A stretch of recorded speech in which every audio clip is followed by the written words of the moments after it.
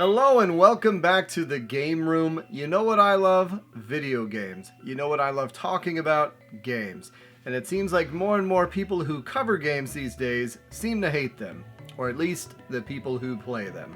Well, that's not me, and that's not the 1,619 of you beautiful people checking out this video here today. And we're calling a little bit of an audible today. I don't generally talk about TV shows and things of that nature, but obviously as the new Twisted Metal series came out on Peacock of all places, dropped the entire 10-episode season all at once last week, and I just so happened to have Peacock because I'm one of those idiots that still has terrestrial cable, and it's included in my package. I figured, why not talk about it? Twisted Metal and myself go way back. It's a series that I played on the original PlayStation, though in my opinion, and probably a lot of people's opinions, it really came into its own with the PS2 version of Twisted Metal Black, which a lot of this show is based on.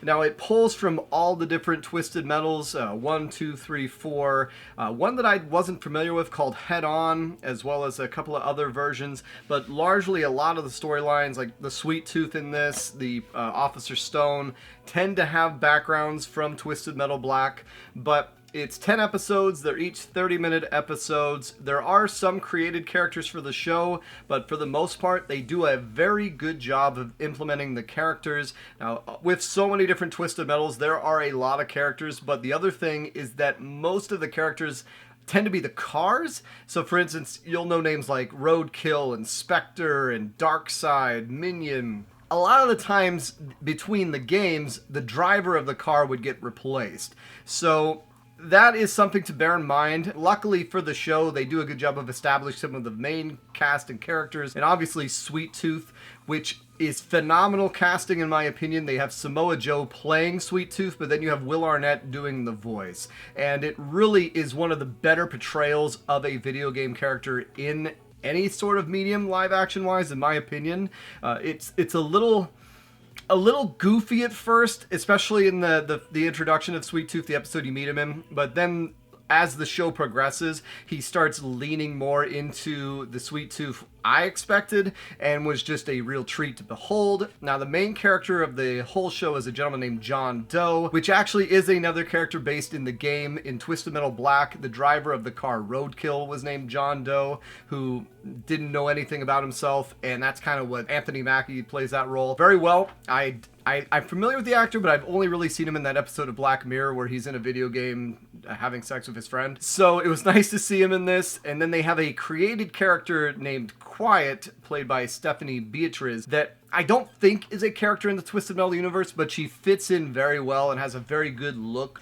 Rounding out the cast, you have Thomas Hayden Church, who is just in everything. I remember him in Pineapple Express and various other things. I think he played Raiden in the horrible Mortal Kombat Annihilation. He plays Officer Stone, which I believe is the driver of either Outlaw or Warthog. I can't remember. And then there's other characters in it as well. But all in all, if you'd like to know, is it worth a month of Peacock just to watch this show? I would say yeah. Honestly, I would say yeah, because it's not just this. I mean, I know the Mario movie's streaming on it, Renfield, a few other things. Like, definitely not worth more than a month, but this is a surprisingly decent show, I have to say. I went into it with very low expectations, and the main thing I think they get right is that while it isn't exactly true to all the different characters, like there's some pretty significant swaps from the games. Flower Power in particular, that character, they completely change. Other than that, like, it represents the games very well. Even in the opening intro, when they have him driving through a mall and a copy of the original Twisted Metal lands on the car windshield, which I have the greatest hits version, but it is an actual long box version. Now, I have a long box of Top Gun, but imagine this was Twisted Metal's cover, and it respects the source material in a way I wasn't really expecting. They even have one of Sweet Tooth's iconic images is it's a clown with hair that's on fire. And I did not expect them to actually show that, but not only do they show that, they have it look amazing. And yes, there is some suspension of disbelief, so definitely bear in mind, this is a tongue-in-cheek, cartoony, video gamey, suspend disbelief. You have fast travel, you have things that don't necessarily make sense, people surviving explosions, so don't go into it expecting a gritty, realistic drama. But ironically, I watched a movie called Cocaine Bear a couple of weeks ago, and I was sorely disappointed because I was expecting it not to take itself so seriously, but to lean into the camp, but not in a way that was bad. And Twisted Metal, I think, gets this. Not always. There are some misses, but for the most part, it really gets what it's trying to do. It doesn't take itself too seriously, but it also doesn't lean too much into that where it just becomes absurdist. And this is in a show where you have a freaking crazy clown with hair on fire going around beheading people. But let's just do a breakdown of the 10 episodes, and kind of we'll talk about it as we go here. But if you just wanted to generalize thoughts on this show, it's actually decent. And unfortunately, the best part of the show is how it sets up a potential season 2, which we'll get into that. But it was definitely far better than I expected, and I am genuinely surprised and delighted. And the main reason for that is I feel like they respected the source material, they respected the fans of the series, when honestly, this is a series that I would not expect that to happen. I really would not expect that to happen. And they put in characters from all the different games. I think there's something like 20 plus characters represented from the game. However, bear in mind, it's not the cars. And even though they do have some Demolition Derby style death race stuff in it, it is much more of a kind of a road trip episode of the week where you get introduced. So it's got pacing issues. If I was going to rank the different episodes, I definitely would say episode 1 is great. Episode 5 is fantastic. 6 is really good. 7 bogs down a bit. And then 8, 9, and 10, or 8 and 9 are pretty good. 10 is amazing. 10 by far sets the series off in a great highlight. Episode 3 has some good things. 2 has some good things. 4, in my opinion, is the worst. So for people watching the show, I think this is where the binge model hurts it a little bit. So I went through and I watched the entire season in a day, and I got right up to the beginning of episode 5, and I just had to stop it because I was losing interest. It was losing me. And when I went to watch the rest of it later that day, that's when Sweet Tooth showed up again and basically picked the whole thing up off the ground, and then it just was running to the end from there. But the first episode, you're introduced to John Doe, which in this universe, how they explain what's happened, it's a post-apocalyptic place where essentially a Y2K-like event happened in 2002. So they don't really get into it much. If it's a solar flare, the power grid goes down. It doesn't really seem like it because there's a lot of stuff that's still working. And that's where I get into the suspension of disbelief. It's just, there's the end of the world, and deal with it. And so this is 20 years after that. It takes place by 2022, maybe 2023. And in this world, all of the major cities have walled themselves off, and then these are where the general elites live, and then all the survivors are left to scrounge for scraps throughout the United States. And you have these people called milkmen, which his jobs are to go from the different encampments and make deliveries. So let's say San Francisco is delivering rice to San Diego, and San Diego is delivering surfboards to the Orange County, and Orange County, like, it's so on and so forth. Like, the first thing you see delivered is a package of dog food to these people, but that's what they're eating because there's nothing really to eat. And so the main milkman we're following is a gentleman named John Doe, played by Anthony Mackie, whose car is named Evelyn. And Evelyn is not in the games. John Doe is, like I said, he's based on the character from Twisted Metal Black, which we'll get into that with that. And so he gets a task from Raven. Now, Raven's a character from Twisted Metal Black. It's played by Neve Campbell, but she's not really the same Raven. If I remember, that was a high school girl that was trying to get revenge for what happened to her with some bullies or things of that nature. I think she drove Darkseid. I don't know. It's been a long time. But yes, so she is the head of New San Francisco. And I gotta say, it's just a funny side note. It's funny that in a world about a post-apocalyptic United States, San Francisco is safer in this world than it is in current day United States. I'm from the Bay Area, so I can say this.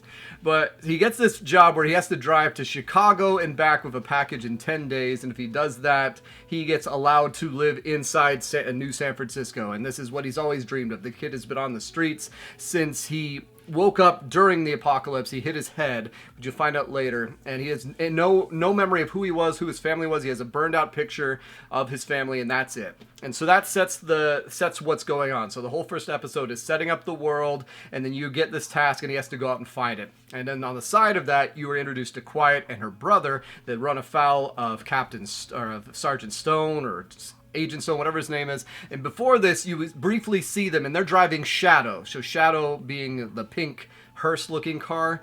So they're driving that, and you see her flip off Anthony Mackie, and she's missing a finger, and you really don't think much of her, but then they pop up again. Agent Stone is the law, and this is another thing that's a little weird, is that these lawmen apparently rule all of between Arizona and Topeka, Kansas, and have these different checkpoints and things of that nature. But it seems like that's a surprise when people run across them at times, at least with Anthony Mackie's character. I don't know. It seemed like he hadn't dealt with them, and like, why are they in the California area? Because they just ran anyways, Captain Stone makes them choose which one of them's gonna die. The brother kills himself, and then Quiet obviously gets really upset about that, and eventually runs into John Doe, and then that's them together. She tried to steal his car. She got in there. I can't remember exactly how that came about. And then they run into Sweet Tooth. They have to go through Vegas, and everyone knows that Sweet Tooth, this crazy clown person, runs Vegas. And episode 2 is all about them running into Sweet Tooth, dealing with that. And this is where they do a great job of introducing Sweet Tooth. You know what sound I miss the most? The sound of hand meat clapping together. Nothing like that glorious applause. I mean, it's almost better than, I don't know, hearing somebody choking on their own blood. But look at me getting carried away. Good thing that your Evelyn's got hands, huh? She must clap for you all the time. No, she doesn't. She's my car. You talk to your car? That's weird, man. I thought they leaned into a little bit too much craziness for Sweet Tooth. Like, you see him as this methodical serial killer, and in this, he's doing a musical play, or he's doing a play, he's singing the thong song, which there's a lot of callbacks and nostalgia, because this world fell apart in 2002. So there's a lot to appreciate as far as that, a lot of references to things like Hanson, and the different things that would have been current in 2002. But it's a little much. Thankfully, it doesn't ruin everything, and you still... also, at this point, Quiet and John Doe aren't necessarily that likable, especially Quiet. She just really comes off as unlikable because John Doe helps her out a lot, and she's just constantly trying to screw him over. And it just doesn't seem earned. Later on in the series, when you find out more about her backstory, it makes you care about her and like her. And this is one of the problems with pacing I think the show has, is if it had introduced that earlier, then maybe we wouldn't have had this kind of thing. But then how do you do all that earlier when you're trying to move the plot forward? I don't know. I mean, that's kind of the problem with storytelling. But at this point, you don't really like her. But I don't know if they really want you to like her. But it is a bit of an issue. I mean, this is where the streaming model is helpful in the binge models, because you get to see it all at once and don't have to wait. Versus week to week, maybe it wouldn't have been as good. But more or less, they get out of there. They convince Sweet Tooth to go on the road. Quiet finally talks by being honest with Sweet Tooth and saying his play sucked. And so then he's like, great, I'm going to go out and travel the United States. And then in episode 3, and this is the whole thing, is every episode, especially in the beginning, is like, okay, John Doe and Quiet are going to, they're introduced to A, so they meet Sweet Tooth. Episode 3, they run afoul of Captain Stone, they get arrested, and then put into this whole thing, because Stone is very much black or white. If people are stealing, they get shot. If their dog poops on the lawn and don't pick it up, they get shot. Should you show them that there's only 2 colors in the world? Black and blue. And you're actually introduced to 2 minor characters named Stu and Mike, who were the drivers of the monster truck in Twisted Metal 2 and never really appeared again. And they are about to be eaten by butchers because there's a lot of cannibals out there. They get rescued, and because they are like, oh, you guys were lawmen for the Seattle, join up with us. And that's how they get into the force of Agent Stone. And then Stu doesn't really like their methods. He's actually probably the most likable character here early on in the series. And in episode 3, he betrays Stone's people, helps them escape, and then Quiet and John Doe just leave him behind, which is kind of what doesn't make you like them again. Once again, doesn't make you like them, especially because he was such a likable guy, and at that point you think he's gonna die, whatnot, because I didn't recognize the name. Like, once again, it's not like this was Preacher or Dollface or someone that I'm familiar with. And so that's all of episode 3. Quiet kills Agent Stone's number 2 guy, who they have him pleasuring himself to some schoolgirl anime porn, which, okay, that's a little on the nose, but still, the guy looked like a creep anyways. And then episode 4, in my opinion, is the worst episode. So they get picked up by this, what it looks like a bunch of dark sides, because all these big truckers. It turns out it's a convoy ran by the grandma from Twisted Metal 3.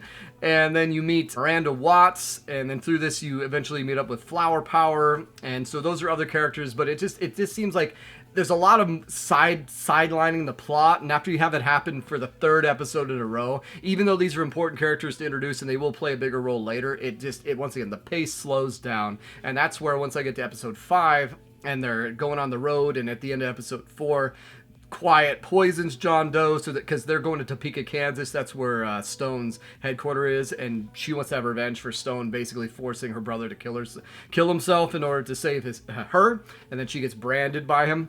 So she's going there to go after him, and John Doe wakes up, but then they cut back to Sweet Tooth finally, and Sweet Tooth at this point drives through the Hoover Dam and just destroys everything. He puts a grenade in a guy's mouth right then, and then you're reintroduced to Stu, who's about to get pushed out of the Hoover Dam, but Sweet Tooth comes in and kills everyone. All the people who are about to die salute him and clap, and then Sweet Tooth's like, oh, my fans, my fan club, and Stu ends up becoming friends with Sweet Tooth, who's this really genuinely nice guy, and even though his friend Mike almost killed him, was gonna kill him, Stu does not kill Mike and goes off with Sweet Tooth, tells him he should go and take out these other outposts, and that's going to be their next mission. They're going out there and they're trying to destroy Agent Stone's empire of lawmen. And so that's episode 5. But at the end of episode 5, there's a big car fight between Quiet and Agent Stone. And it's decent. It's through a carnival, so this is where they start getting some of the Twisted Metal call-outs, and you really feel like you're in the game, going out with the different machine guns and missiles. John Doe comes, saves Quiet from getting killed, and then they drive off and blows up Stone, but Stone's not dead. And so episode 6 is a smaller episode. Also, earlier on this, you find out Stone's backstory. So you find out that he was a rent-a-cop before the fall, and that he went out, and they say he was this legend who killed all these terrorists when he went into this restaurant and killed a bunch of people just trying to get food. But doing this, they show that there's a bloody teddy bear, but they're not really clear about did he kill a kid or did he do something wrong. But apparently that's what set him off on his quest to rectify his misgivings or his whatever, because he did this. He has to make up for killing that child, so that's why he's so rigid in what he does. And then we get to a hilarious scene where they're in an old abandoned restaurant, and John Doe and Quiet, they sleep together in a children's ball pit, and it's both hilarious and also a great idea. Like, I never thought about that, but it's really funny. I didn't see that coming. And then they correspond this with showing Quiet's backstory, which is what really makes you finally feel sympathetic for the character, is you find out that they basically went to the Orange County Walden City, but in order to go in there, you have to become a slave, where people can cut off your fingers and ears as trophies, and you're not allowed to talk, you're not allowed to... It's horrible. And they tell you if you live 4 years this way, then you get access into the community. But then it turns out that it's all BS. You just die, because one lady's like, oh my god, there's an active shooter, and she gets killed. And then Hearst pulls up to take her body, which is the car that looks like Shadow. And that's where the mask comes from too, that you see Quiet in the beginning. And her and her brother reunite after they've been there for 3 years in this fast food restaurant. It's the same one that's taking place in the future, where they're hiding out from a storm, because apparently these nuclear storms went off when the power grid went down. And it's all this colored electricity. Like, it's a nice plot device to have them be stuck into this one little area. And for a fishbowl episode where it's just mainly those two, I don't think it goes to Sweet Tooth in this episode. I think it's mainly focused on them. It is decent, because the backstory is very interesting with her and her brother.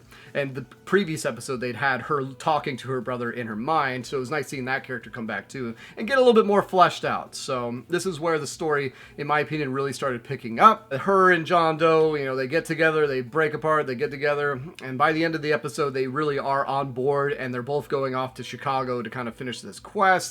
And you kind of see how, she escaped with her brother. That's how they get Shadow. That's how they get out of there. Episode 7, I think, drags it down a bit again. So they finally make it to Chicago. They get the delivery they need, this John Doe and Quiet. And this is where you meet Calypso, but you only hear his voice. And if you know the games, Calypso is the gentleman who runs the Twisted Metal tournament, which up until now has never been mentioned, isn't part of the series. Instead, you're this delivery guy. So I didn't know where it was going. I didn't know if and this might have been the end of episode 6. I think it was episode 7. And so, conversely to this, I think this is also the episode where you see some more of Sweet Tooth and Stu. And I think this is where they go to the place where Sweet Tooth grew up. That might be episode 8. Anyways, because I think they go to a bar which is the other milkman, and here you get a bunch of call-outs of other characters like the pizza guy, Mr. Slam, which was a car, the drag queen character, and another character named Bloody Mary, who I don't really remember from the games. I'm not sure which one it is, but she is essentially John Doe's ex-girlfriend. And you get some drama there. They find out that he's delivering a package. It's going to get him access into a town, so they all turn on him, and then they all end up killing him. Quiet kills Bloody Mary, etc. This one felt like filler. This is what I was saying. Like, it felt like filler. The plot was really going, and then they put in this device to split them apart again. And they do the same thing in episode 8. So at the beginning of the episode, Quiet and John Doe are driving. John Doe's letting Quiet drive, and she finds his picture with the burned out heads on it. And this is where you get John Doe's background of living with essentially waking up in the end of the world and not knowing anything, and he finds this car in the woods that just so happened, that's Evelyn, the car he calls Evelyn, and that so happens to keep him alive. So he managed to escape from some cannibals. It provides him warmth and shelter, and he develops this rapport with it. But he's always known how to drive, and he's always known how to fix it. And Quiet points it out to him, like, that's not really a learned skill. Someone had to teach you. And he starts really thinking about, oh, maybe that was his dad, maybe that was his past. And yeah, the previous episode is when Sweet Tooth went to the insane asylum, and basically you find out how he ended up there. He was a child star who ended up murdering his co-star, which is one of the parts where I think they went a little too far, and it doesn't do a good job because we like Sweet Tooth, at least I do. It's hard not to like him because Will Arnett plays him so charming with the voice, but also Samoa Joe is very good with the emoting of the face and the crazy eyes, and just it's like watching your video game character is so well represented in the show, especially the one who looks like the character, acts like the character. And at this point, you really like him too because he's rescued Stu, Stu is really the only decent person in this world. So it's hard to dislike Sweet Tooth because he really is quite genuinely nice if you're nice to him. If you run afoul of him, he's a bloodthirsty murderer. But it seems like a decent person at times, at least as decent as you can be when you're a bloodthirsty murderous clown.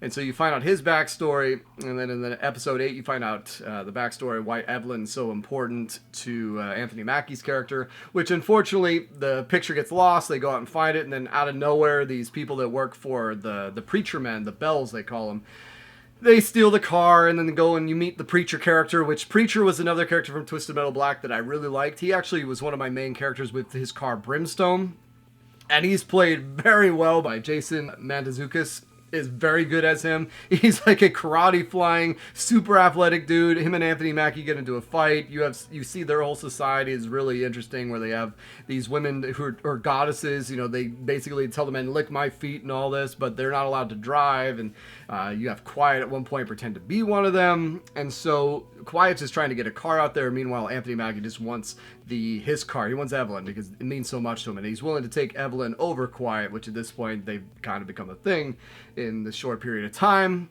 And so she leaves, the car blows up, and she thinks he's dead, but then you find out in episode 9 he's not. He puts a funeral for Evelyn. They meet up again. She's rescued by, this is where kind of suspension of disbelief. Somehow Anthony Mackie finds the convoy, I guess because he found a CB radio, and he's able to contact them now that I'm remembering it. But they find the convoy, and then they rescue Quiet from the dude who has a car that they eventually turn into roadkill. And now here we go. So now we're going off to the blockade. We're going to meet with Stone, and we have all the major players going. Sweet Tooth is going that way too. And then finally in episode 10, this is where we get the big Twisted Metal battle that we've been waiting for. And it is very cool. You have Darkseid, you have Sweet Tooth, you have Shadow, driven by two of Officer Stone's people, which are other characters from other games. You have Warthog, I think Warthog or Outlaw is what Stone drives.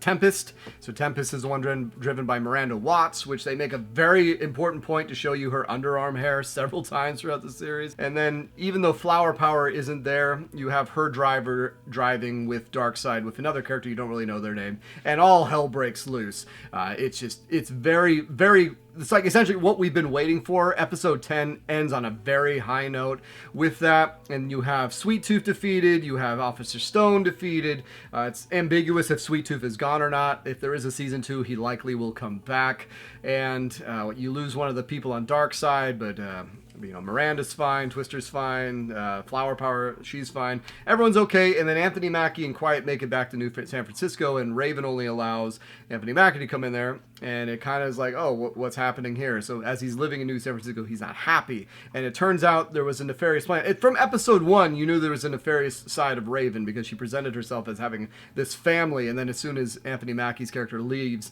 then she's like, all right, you're done for the day, you're done for what purpose you were having. And so it turns out that the only reason they had John Doe go on this journey of 10 days and back is to see if he would qualify the test, to then qualify him for this new tournament that a guy named Calypso's making. And they show this quick shot of Axel and Mr. Grimm, and then Bloody Mary apparently is coming back, and all these other characters that you know are like, oh, from the games, that, oh my god, I wish I'd been in the show. They're going to be in season 2. This is amazing. Meanwhile, Quiet has taken roadkill, and she's going and doing her old Robin Hood routine where she's stealing from the rich, giving to the poor. So as a milkman, she's taking milkman's deliveries and giving half to the poor citizens who are starving. And then she runs across Dollface, which Dollface, another Twisted Metal Black character that's one of the iconic characters I was waiting for, and it turns out Dollface is Anthony Mackie's sister, because he had 2 parents and a sister, and you just never really know what happened to him. And that's how season 1 ends. And I gotta say, it was a decent journey. It really hit home the video game portion so well, and unfortunately, it sets up a season 2 that with the writer's strike right now, I don't know if we're going to get, especially because it's on Peacock, a streaming service that's losing a lot of money. And I know the show writers come out and said they have no idea what's going on. Peacock hasn't ordered a second season, but it's worth it. It's obviously, I want to see a season 2 because now we're getting the characters I wanted to see here, but they do a good job of setting up characters, and now you can kill off people that aren't necessarily as important in season 2. If you do have Flower Power and Twister and Mr. Slam and things like that show up.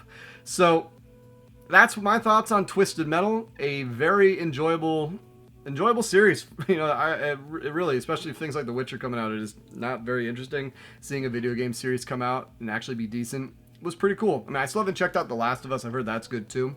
But solid 7 out of 10. Some of the, really, episode 10 is great. Anything with Sweet Tooth is very watchable. Other than his introduction episode. The introduction episode is a little weak. But yeah, just wanted to do a little quick, it was 30 minutes. Quick summary here. I don't know how much editing or how much what I'm going to do in it, but just to talk about with you guys. If you've seen the series, let me know. I know a lot of people probably haven't, because who the hell has Peacock? But give it a shot. Though I will warn you, if you do buy the streaming service, at least the one I have, I don't know if it's because it's the free one, had ads in it. So you'd have like a 45-second minute ad in between, which it's funny. I've watched TV my whole life, and these streaming service ads just tick me off like no other. Don't know why it is. Another interesting thing about Peacock, if you pause the screen, it puts an ad up. So they're trying to make some of their money back because they're losing so much money. But anyways, it's been so nice getting a hold of you guys. Take care.